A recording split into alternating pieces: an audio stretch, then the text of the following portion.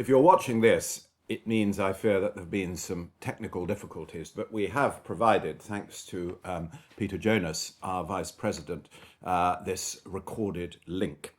It's very appropriate that the first speech in tonight's Global Gilbert and Sullivan Day is being delivered here in St Andrews, because I think you're all aware the idea for this celebration came from a student here, a former president of the University of St Andrews Gilbert and Sullivan Society, a tenor, all things above, who's recently starred as Alexis in our latest production, The Sorcerer, Mr. Laurie Slavin. He proposed it on the final day of that wonderful 3-day symposium that Ian Smith organised in Buxton last August, and it struck an immediate chord, not least with the other Ian, my alter ego. My wife thinks that we may have been blood brothers, somehow swapped at or separated at birth, but we'll let that pass for the moment. Laurie suggested as a model for this day the annual Burns Night Supper, celebrated across the world to commemorate Scotland's national bard, Rabbie, or as our lovely Aline misread her Alexis handwriting in a fish and chip emporium after our final sorcerer performance, Rabbi Burns, the well-known kosher poet. And that's why tonight's proceedings begin with a toast to the immortal memory.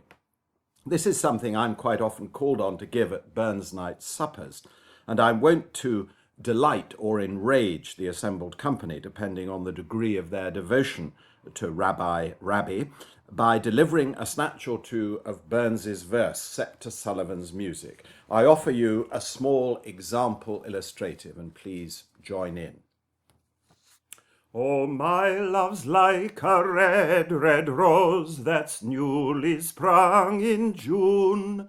Oh, my love's like a melody that's sweetly played in tune. As fair art thou, my bonny lass, so deep in love am I, and I will love thee still, my dear, till all the seas gang dry. Tink-a-tank, tink-a-tank, tink-a-tank, tink-a-tank, tink-a-tank, tink-a-tank, tink-a-tank. And I will love thee still, my dear, till all the seas gang dry. But enough of that sacrilege, whether to Burns or Sullivan, I'm not sure. I'm here to ask you to raise a glass to Sir Arthur and to Schwenk. I do so with the greatest of pleasure, almost as much indeed as the lady who came up to me at one Buxton festival a few years ago and told me that Gilbert and Sullivan had given her a great deal more pleasure than either of her two husbands. It's difficult, and it would be invidious, to single out either of the duo for special praise above the other. I sense that among our students here, some are attracted especially by Gilbert's wit and wordplay and topsy-turvy inventiveness, and others are captivated by Sullivan's extraordinary melodic gifts and genius at writing both for the voice and for instruments. Both have had a huge effect on my life. I suspect it was perhaps Gilbert who drew me into my lifelong love affair with the Savoy operas and my work of annotating them, which began over 25 years ago and is soon to involve me again as I produce a completely new, revised and updated edition for Oxford University Press, which will include for the first time Thespis. And that work, of course, is really annotating Gilbert. Indeed, I shall encourage my wife to turn away nuisance callers over the next few months by saying he's too busy to come to the phone, he's annotating Gilbert, which sounds marginally better than what Ursula Vaughan Williams reputedly told unwelcome visitors wanting to see her husband Rafe. I'm afraid he can't see you now. He's orchestrating the men of Harlech.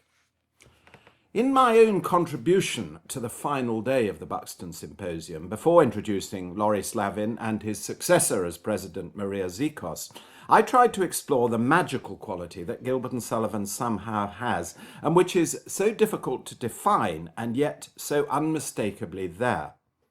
It's much, much more than its period Victorian charm and whimsy, its quaintness. And it's more too than those fairy tale-like qualities and settings, and those soaring, haunting, eminently hummable and singable tunes that you can't get out of your head. There's something deeper than that. In my most recent book, I suggested that it's essentially a spiritual quality. Gilbert and Sullivan certainly has a remarkable therapeutic power. I've been deeply moved by the many testimonies that I've heard from people who've been helped out of depression and loneliness and feelings of isolation and inadequacy and indeed anxiety by listening to and even more by performing in and sharing with others their love of Gilbert and Sullivan. For me, as I wrote in the introduction to my book, O Joy, O Rapture, Gilbert and Sullivan has been a balm, a tonic, and a stimulant. When I'm down, it picks me up. When I'm tired, it restores me. When I'm feeling on top of the world, it lets me express my joy in song. It has indeed provided joy and rapture to me in overflowing measure. It's in that spirit that I ask you now to raise your glass, whether it be Pommery 74, Manzanilla Montero, Rhenish wine, toddy, ship's grog, or even a pretty stiff jorum of tea, and drink to the immortal memory of Gilbert and Sullivan.